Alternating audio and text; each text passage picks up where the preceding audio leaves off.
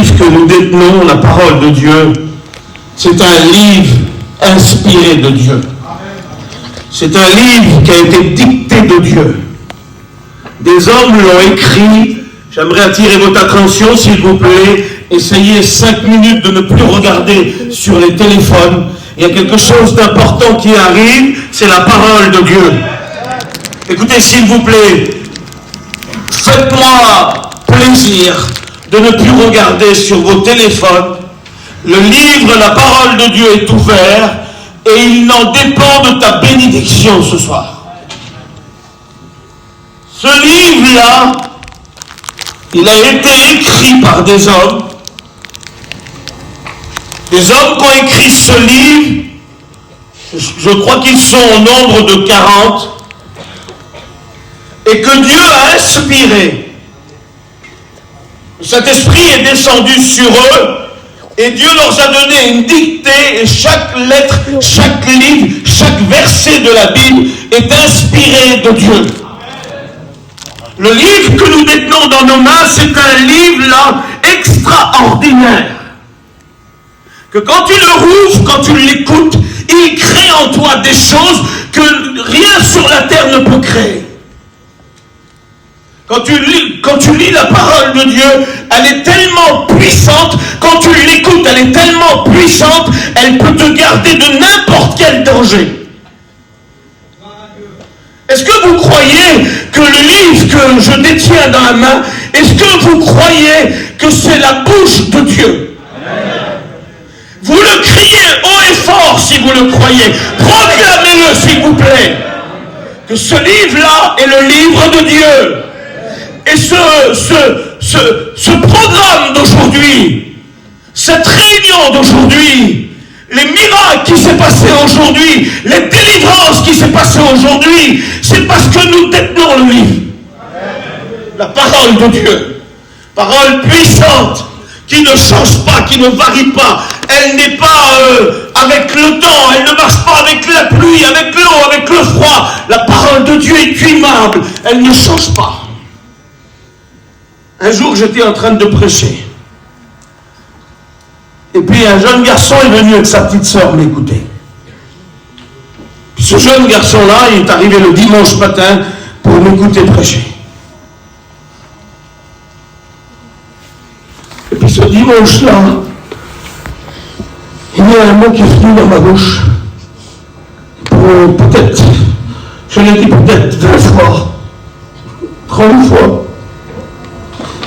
Et puis c'était un peu comme, j'étais un petit peu comme, je sais pas, lui il m'a vu comme fou. Ce qu'il m'a expliqué après. Et moi ce matin-là, j'ai dit peut-être 20 fois, 30 fois, Golgotha, Golgotha, Golgotha, Golgotha, Golgotha. J'arrêtais plus de le dire, et j'arrêtais plus de le dire, et j'arrêtais plus de le dire. Et lui, il est monté dans l'auto, puis il est reparti avec sa petite sœur, une adolescente, qui a grandi un petit peu après. Puis il a dit, sur elle, il dit, t'as vu, ce matin, Benoît, il était énervant, hein. Il n'a plus arrêté de dire Golgotha, Golgotha, Golgotha, Golgotha. Golgotha, c'est la puissance. Golgotha, c'est la victoire. Golgotha, c'est le sacrifice où Jésus est monté à la croix. Et ce matin-là, je proclamais Golgotha, Golgotha, sans arrêter comme ça. Et lui, il a dit, il était énervant de malade. Puis il est reparti, il m'a dit quelque temps après. Puis 2 ans s'est passé. Puis la petite sœur en question a grandi. Puis la petite sœur en question, le diable est venu comme un fleuve, a ravagé sa vie. Puis la petite sœur en question, qui avait écouté là, cette prédication-là le matin, et qu'elle avait écouté comme lui aussi Golgotha, Golgotha, elle s'est retrouvée à 5h du matin sur une autoroute pieds nus. Puis tombée de l'eau à verse. Et puis dégoûtée de sa vie, dégoûtée des angoisses, dégoûtée du foyer, dégoûtée de tout. Le diable est venu parler à son oreille. Et ce soir-là, tellement le diable l'avait angoissé, et puis tellement qu'il avait détruit sa vie sans espérance, parce que le diable, il vient, il nous angoisse, et il ne nous donne pas d'espérance. Puis elle a pris le téléphone, elle l'a cassé, pour se couper les veines. Puis elle n'a pas réussi, elle me l'a dit personnellement. Et puis un peu plus loin, quelques dizaines de mètres plus loin, il y avait un grand pont et le diable lui disait maintenant, il faut que tu en finisses avec ta vie. Il faut que tu te jettes en bas. Et comme elle a été en direction du pont pour se jeter en bas du pont, elle était en train de marcher. Imaginez-vous la scène un peu. Comment que le diable détruit notre jeunesse. Comment qu'il les arrive à les emmener dans des gouffres, dans des enfers, dans des fosses. Elle s'est retrouvée pieds nus, ivre, dégoûtée de sa vie, angoissée. Et puis là, en quelques minutes, elle a sauté la vie. Il y a un mot qui est revenu dans sa tête et elle m'a dit, Donald, elle me l'a dit comme ça. Elle m'a dit, j'étais en train là de mourir, j'étais angoissé, puis j'allais me tuer, je voulais me jeter en bas du pont. Puis d'un seul coup, j'ai écouté ta voix, elle m'a dit. Et elle dit, ça résonnait dans mon cœur, et c'est comme si tu étais là. Et tu sais ce que j'ai goûté? J'ai goûté Golgotha, Golgotha, Golgotha, Golgotha. Et elle dit, quand j'écoutais ça, Donald, elle dit, l'envie de mourir, il partait de moi. Les angoisses, il partait de moi. Il dit, je retrouvais envie de vivre. Vous savez pourquoi? Parce qu'à Golgotha, le diable a été dépouillé de son autorité. À Golgotha, le diable a perdu l'homme fort qui tenait les hommes. À Golgotha, l'homme plus fort qui est Jésus est libéré. J'aimerais vous parler d'un verset, d'un psaume en particulier. Ce psaume est tellement puissant. Il est puissant. Écoutez, s'il vous plaît, on va lire le psaume, et puis ce psaume-là va te redonner du courage. Va te redonner de l'espoir. Et le diable, on va le faire taire ce soir. Écoutez, ce soir-là, le diable va morfler.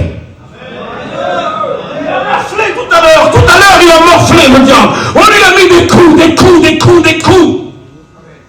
Tout à l'heure, il a pris des coups parce que ceux qui tenaient liés avec la parole de Dieu, Coco qu'il a annoncé, il a libéré. Et ce soir, nous voulons encore libérer par la parole de Dieu. Cette parole qui est tellement puissante, tellement grande. J'aimerais qu'on lise un verset. Il y a un verset qui est là dans mon cœur depuis quelques semaines. C'est un verset, c'est un cri du malheureux. Un cri du malheureux. Peu importe l'âge. Écoutez, c'est normal. J'ai été la semaine dernière à un rallye de jeunesse à Arles. Puis un garçon est venu témoigner et il a expliqué qu'il avait 11 ans. À 11 ans, tu joues à la PlayStation, tu es devant les dessins animés. Et lui, il est venu témoigner. Il en avait 20 quand il a témoigné, mais il a expliqué qu'à 11 ans, il voulait s'enlever sa vie à cause des angoisses. C'est normal, ça? Non, c'est normal, ça, Coco? C'est normal. Dites-moi si c'est normal. À 11 ans, alors que tu es heureux, tu es avec tes parents, tu as tout ce que tu veux. Mais le diable, lui, il n'y a pas d'âge. T'en as 11, 15, 16, 17, 20 ans, 25 ans. Il n'y a pas d'âge pour détruire les vies. Il ravage. Il lui a expliqué qu'à 11 ans, il était tellement angoissé qu'il ne voulait plus vivre. Et puis ici, dans l'assemblée, je disais tout à l'heure à Coco, il faut aider ces jeunes-là. Et puis, dans cet après-midi, il faut les délivrer, les sortir de là où ils sont. Et je le dis avec fierté, nous en avons les moyens, c'est la parole de Dieu. La parole de Dieu que tu écoutes ça. Tu l'as écouté cet après-midi. Cet après-midi, tu t'as dit, toi, j'ai pas été béni. Mais Dieu, par sa parole, a brisé des murs cet après-midi. Et je crois que là encore, la parole de Dieu, elle arrive pour encore te sortir de ta misère. Il y a ce psaume qui est là sur mon cœur. Je le lisais tout à l'heure en pleurant. En pleurant, je le lisais. C'est un psaume messianique. Dans la Bible, dans la parole de Dieu, c'est bourré de prophéties dans l'Ancien Testament qui va arriver pour Jésus, qui annonce Jésus. Et ce psaume en particulier, il y en a deux. Psaume 102 et le psaume 110, c'est les psaumes messianiques qui annoncent des parcours de la vie de Jésus. Quand huttes sur la terre, ces psaumes-là, écoutez, c'est vieux, c'est les prophéties peut-être 700 ans, 800 ans avant qu'il arrive. Mais déjà avant qu'il vienne, ces souffrances, ces douleurs qu'il a eues étaient annoncées dans ces psaumes. Et le psaume en particulier que je voudrais vous lire, le démarrage du psaume, c'est le cri d'un malheureux. Le cri d'un malheureux. Nous allons enlever toute catégorie d'âge. Je veux ce soir, devant moi, nous enlevons l'âge. On va mettre des cœurs plutôt. On va mettre des vies plutôt. On va mettre des peurs, des angoisses, des addictions, pris par des addictions que tu ne peux plus t'en sortir. C'est ce qu'on va mettre devant nous là. On ne va pas mettre 15 ans, 16 ans, 18 ans, 20 ans, 30 ans, 25 ans. On va enlever les âges parce que nous voyons que le diable est capable de venir et briser des vies, même s'ils sont tout jeunes. Alors on enlève les âges, il n'y a plus d'âge devant nous là. Mais il y a des personnes qui sont assises ici avec des cœurs qui battent et avec des problèmes, avec des soucis, avec des peurs, des angoisses, des addictions qui vont mourir, avec des foyers détruits, avec des parents détruits. Et puis le psaume que nous allons lire, c'est un psaume du malheureux. Et dans ce parcours du psaume, révèle la vie de Jésus dans sa souffrance et une partie du jardin de Gethsémani. Une partie du jardin. Parce que écoute, si toi tu es angoissé ce soir, j'aimerais te dire que Jésus a connu aussi l'angoisse dans le jardin. Si toi tu as peur et tu as des frayeurs, je voudrais te dire à toi que Jésus les a eu aussi dans le jardin de Gethsémani.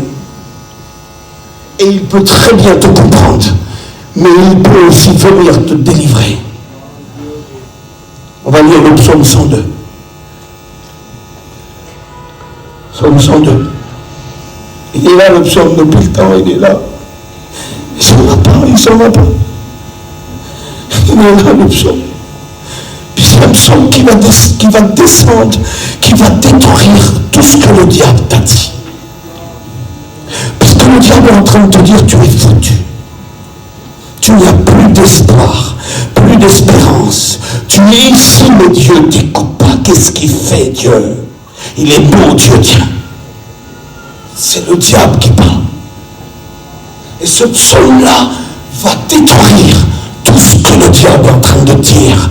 La parole de Dieu est capable de détruire tout ce que le diable dit. Psaume 102. Écoutez. Ces requêtes prières, c'est une prière adressée au Dieu qui ne bouge pas, le Dieu qui ne vacille pas, le Dieu qui reste sur son trône avec gloire, puissance et honneur. Et le psaume commence comme ça, et après nous allons détruire les raisonnements du diable à travers un autre verset qui est dans le psaume 102. Prière d'un malheureux. Écoutez s'il vous plaît. Écoutez. Je ne vais pas prêcher longtemps. Prenez le temps de m'écouter. S'il vous plaît, je vous demande grâce. Écoutez, regardez ici. Regardez là, je vous en supplie. Écoutez ce calme. C'est l'Esprit Saint qui est en train de faire ça. Écoutez le respect que vous avez devant Dieu. C'est Dieu qui est en train de déposer sur vous un calme et un silence. Parce qu'il veut vous écouter. Il veut que vous tendez l'oreille. Regardez le respect que vous avez devant Dieu. Je vois tous les jeunes devant moi. Il n'y en a pas un qui est en train de manger un chewing-gum. Parce que là, vous êtes là devant la parole de Dieu et Dieu peut répondre aux besoins de ton cœur, là, ici. Écoute, quand tu es chez toi et que tu pleures, c'est bien toi qui pleures. C'est pas un autre. Et là, c'est prière d'un malheureux. Prière d'un malheureux lorsqu'il est abattu et qu'il reprend sa plainte devant Dieu. Et écoutez ce qu'il dit: Éternel, écoute ma prière et que mon cri parvienne jusqu'à toi. Il veut lui écouter de Dieu. Il veut être écouté de Dieu. Il en a marre. Et il veut que Dieu l'écoute. Parce qu'il a frappé à des portes, il a essayé de s'en sortir, mais il n'a pas arrivé. Il veut que Dieu l'écoute. Il dit, Éternel, écoute ma prière. Qu'elle parvienne jusqu'à toi, ne me cache pas ta face. Au jour de ma détresse, incline vers moi ton oreille. Quand je crie, hâte-toi de m'exaucer, car mes jours s'évanouissent en fumée et mes os sont tremblants. Mon cœur est frappé et desséché comme l'herbe. Et écoutez, s'il vous plaît. Écoutez. Écoutez. Tu as prié. Tu as demandé. Et tout de suite après ta demande, il y a une voix qui est venue. Cette voix-là, c'est le contraire de Dieu. Écoute, écoute bien. Écoute bien, je t'en supplie, écoute. Écoute, je t'en supplie. Tu as demandé quelque chose et tu as demandé à Dieu qu'il vienne t'aider, te libérer, te délivrer, parce que tu n'en peux plus. Et tu t'es tourné vers Dieu, tu t'es adressé à Dieu. Et quand tu as terminé ta prière, il y a une voix qui est venue. Cette voix-là, c'est la voix du diable. Et elle vient et elle renverse, elle essaie de contrecarrer la parole de Dieu. Mais la parole de Dieu est bourrée de révélations. Dites Amen. Amen. Vous savez, quand on prêche, tout à l'heure Coco prêchait, et il manifestait des dons. Il était en train dans son ministère, et les frères le font ainsi, on le fait pratiquement tous dans les prédications. Quand on prêche, des fois on ne le voit même pas, on manifeste des dons qu'on appelle parole de connaissance, ou parole de sagesse, au discernement des esprits. Ça c'est la parole de Dieu, c'est le ministère qui est en nous, qui se développe. Et moi je crois que là ce soir, et dans cet après-midi, que Dieu nous utilise pour libérer, pour briser les œuvres des ténèbres.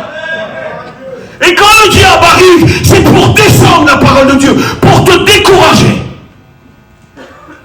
Et puis Dieu a pris soin de placer ici, au verset 21, un verset qui va détruire tous les raisonnements du diable. Merci pour la parole de Dieu. Merci pour la parole de Dieu.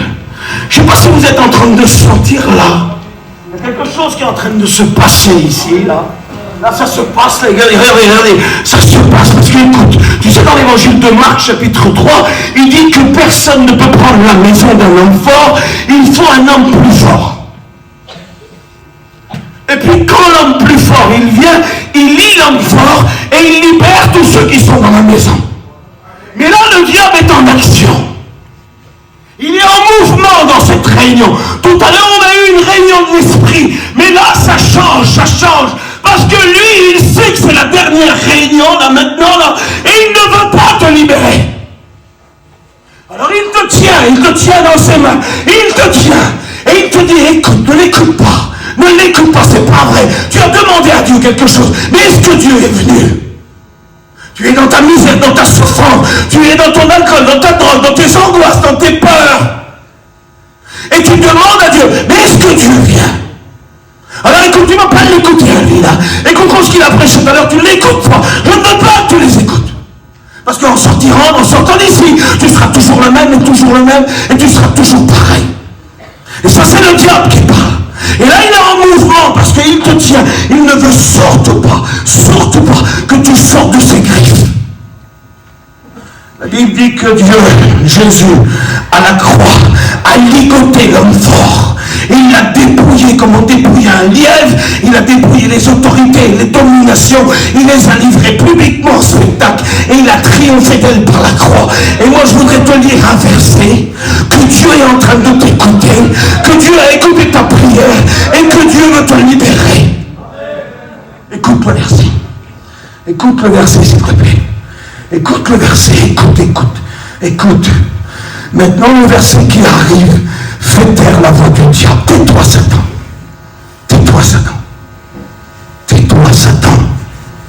Sois muselé, enchaîné, Satan. Tu veux jouer encore là, ici. Hein? Tu veux encore jouer. Hein? Tu vas encore tenir tous les malheureux qui sont devant nous. Nous détenons la parole de Dieu. Tais-toi, Satan. La Bible dit que la foi vient de ce qu'on entend, et ce qu'on entend vient de la parole de Dieu. Si tu n'espères plus en avenir heureux, j'aimerais te dire que la parole de Jésus va te donner un avenir heureux. Du haut des cieux. C'est loin les cieux. Vous ne voyez pas comment c'est loin. Il y a des personnes à côté de nous qu'on aime et qu'on leur demande des choses, ils n'arrivent pas à nous aider. Ils n'arrivent pas à sortir de ton angoisse. Alors qu'est-ce qu'ils te font? Ils te donnent un petit cachet pour dormir. Ils te donnent un petit verre, un petit truc à fumer, tu vas te sentir bien. Ça, c'est les solutions de la terre. Mais là, du haut des cieux, ça fait loin. Toi, parce que tu me demandes du haut des cieux, comment ça fait loin? Du haut des cieux, l'Éternel regarde. Écoutez, hein? Écoutez s'il vous plaît. Du haut des cieux, l'Éternel regarde sur la terre. Et qu'est-ce qu'il regarde sur la terre, Dieu? Il regarde quoi? Qu'est-ce qui lui attire? Qu'est-ce qui lui intéresse? La Bible dit qu'il regarde les gémissements des captifs. Les gémissements des captifs. Quand tu es captif, c'est que tu es en prison, tu veux sortir de ta prison. Trouvez-moi quelqu'un qui veut vivre toute sa vie dans une prison. Ça n'existe pas. Tous les hommes qui sont emprisonnés veulent sortir de leur prison. Il y a des prisons un peu partout dans la France, il y a des centrales un peu partout. Et même chez nous encore, moi j'ai mon petit neveu qui a fait 5 ans de prison, il est encore là. Et il voudrait sortir. Mais il est enfermé, il ne peut pas sortir. La Bible dit que du haut des cieux, l'Éternel regarde les captifs, tous ceux qui sont en prison. Mais de quelle prison tu veux parler, Seigneur? Parce que devant moi, ce n'est pas des prisonniers que je vois là. C'est des personnes qui sont bien libres. À part que nous avons mis 2 gardes devant la porte pour pas qu'ils sortent pendant 1 heure. Et après, ils seront libres. De quelle prison tu veux parler, Dieu? Qu'est-ce que tu regardes? C'est quoi les gémissements des captifs? Savez-vous qu'à l'intérieur de vos cœurs, à l'intérieur de vos cœurs, de vos vies, il y a des prisons intérieures. Des prisons intérieures. Et de ces prisons intérieures en sortent des cris, des gémissements.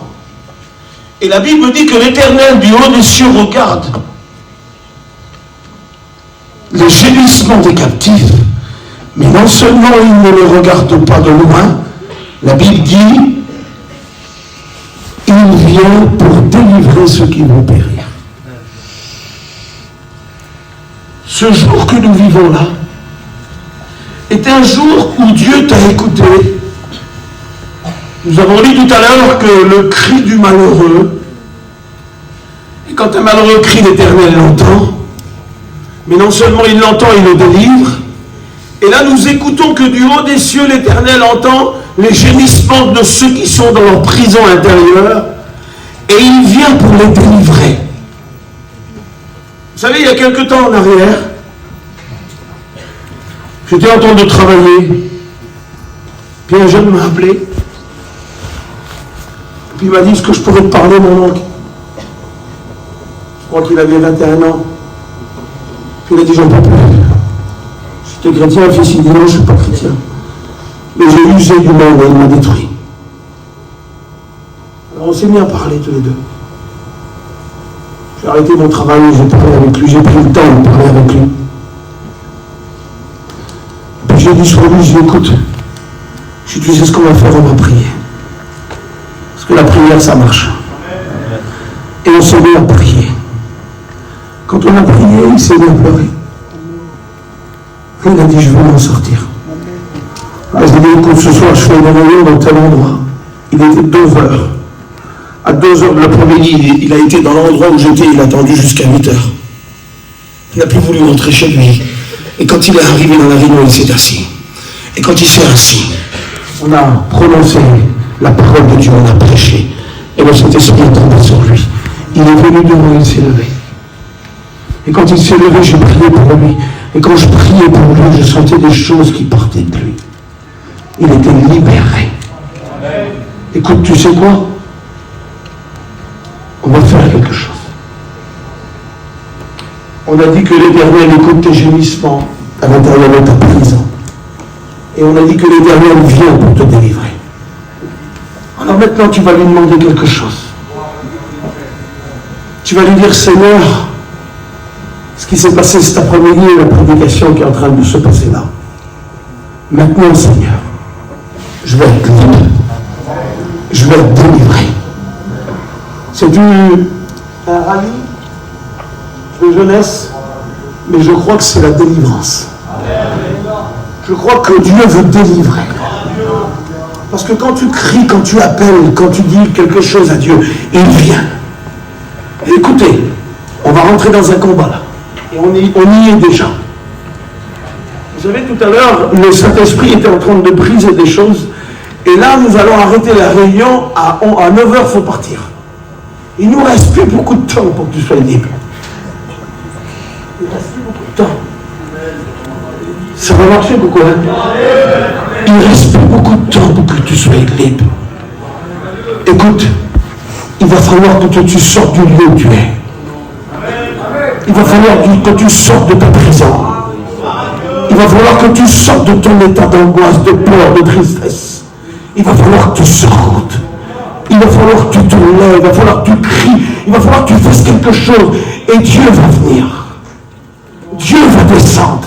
Parce que quand Dieu descend, il se passe des grandes choses. Il faut que Dieu descende. Vous avez vu quand il a descendu tout à l'heure? Quand Dieu était en train de descendre, vous avez vu? Vous avez la réunion qu'on a eue tout à l'heure là? Dans mon cœur, ça frappait fort. Écoutez, j'ai appelé les frères. J'ai dit, écoutez. J'ai dit, il faut qu'on prêche. Il faut qu'on prêche. Je ne vais pas être là, on va passer à côté de quelque chose si ça ne se fait pas. Mais il faut qu'il prêche. Et Dieu avait dirigé toutes choses. Et Dieu dirige toutes choses.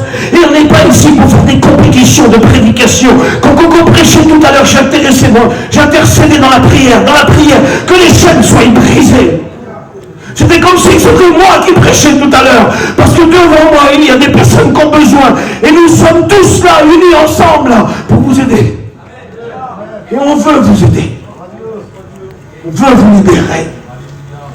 Vous savez, moi j'ai été libéré de ma prison.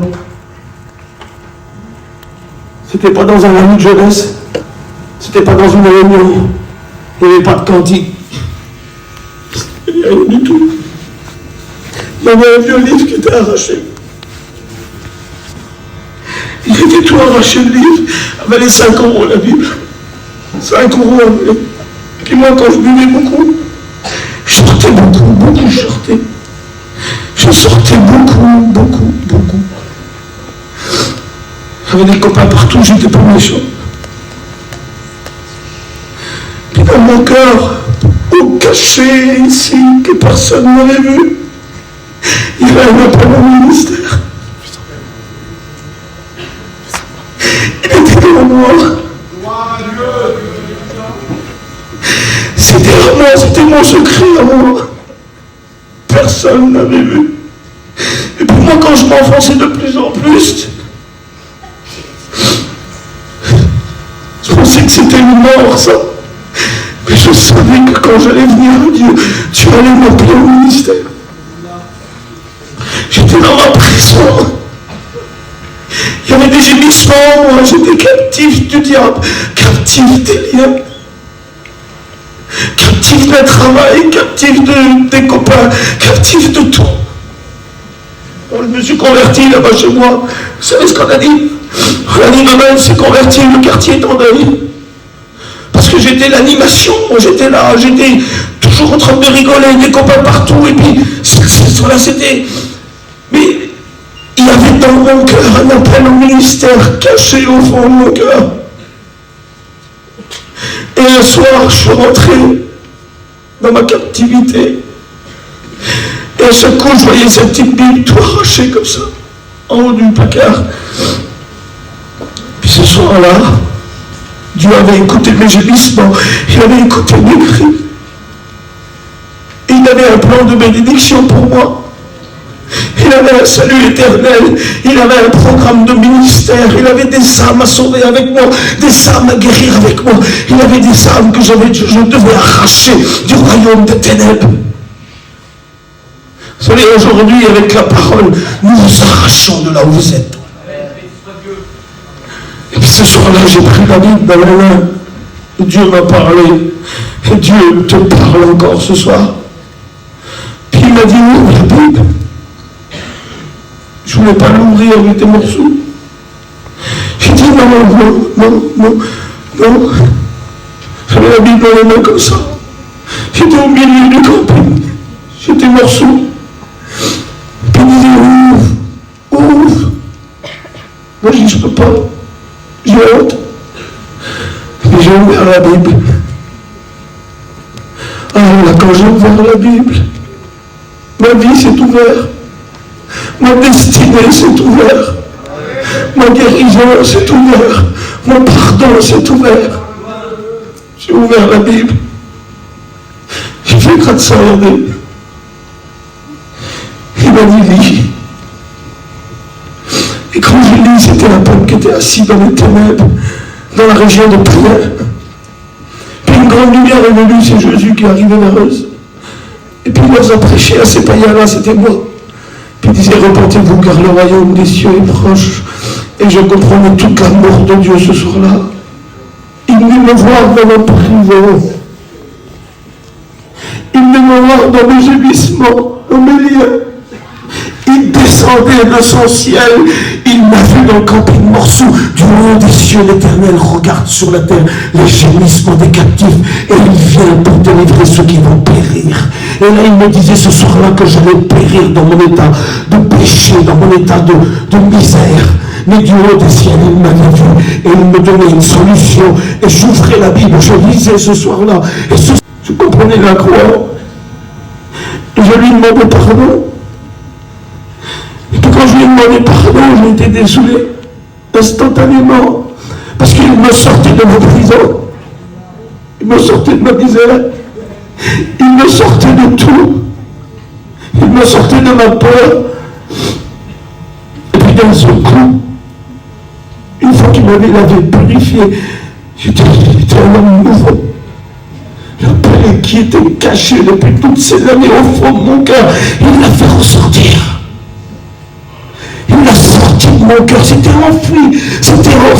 Le péché avait écrasé cet appel, elle était dans mon cœur caché. Quand je rentrais le soir, quand je voyais Samy partir en Roumanie, et qu'on lui donnait plein de commissions, je disais dans mon cœur, c'est ça ma vie. C'est ça, tu m'appelles au ministère, c'était caché, ma main elle ne savait pas. Et puis ce soir-là, il a fait ressortir cet appel. Et il m'a dit, continue la lecture. Et quand j'ai continué la lecture, il m'a dit, je ferai de toi un pécheur d'homme. Il m'a appelé au ministère.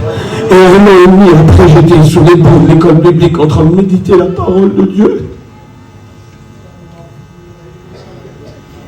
Du haut des cieux, l'Éternel a vu les gémissements des captifs.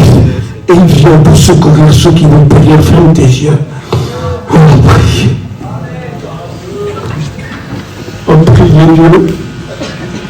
Et que Dieu nous appelle au ministère sur ta vie. Et que le diable enfuit, a écrasé, et qui te dit non, c'est pas pour toi. T'es un lâche, t'es un vaurien, t'es foutu, toi. Tu t'en sortiras pas, toi. Toi, tu t'en sortiras plus. Je t'ai jeté dans mes mains. Tu t'en sortiras plus. T'as échoué. T'as fait naufrage. Tu vas couler, toi. Voilà ce qu'il dit le diable. Écoute, Satan, j'ai envie de te dire quelque chose. Si toi tu es en train de dire ça à qui que ce soit, vous en avez une preuve devant vous que Dieu, même le ministère, les appels au ministère qui sont enfouis par le péché, est capable de libérer, de délivrer et de faire rentrer dans la bénédiction qu'il a pour toi. Écoute, Dieu t'appelle. Il y a un appel sur toi. Il y a un appel sur ta vie. Allez dans allez vous détacher. Et puis si quelqu'un parle, si quelqu'un n'est pas d'accord avec ce que je fais, si le diable de se mêler, dites que j'en ai besoin. Et ce soir, Dieu a besoin de toi. Il veut te sauver, te purifier. Il veut enlever tes gémissements. Il veut te nettoyer. Il veut te sortir de ton cachot. Il veut venir à ton aide parce que tu vas périr. Et il va te faire entrer dans un ministère. Il va te faire triompher à Jérusalem.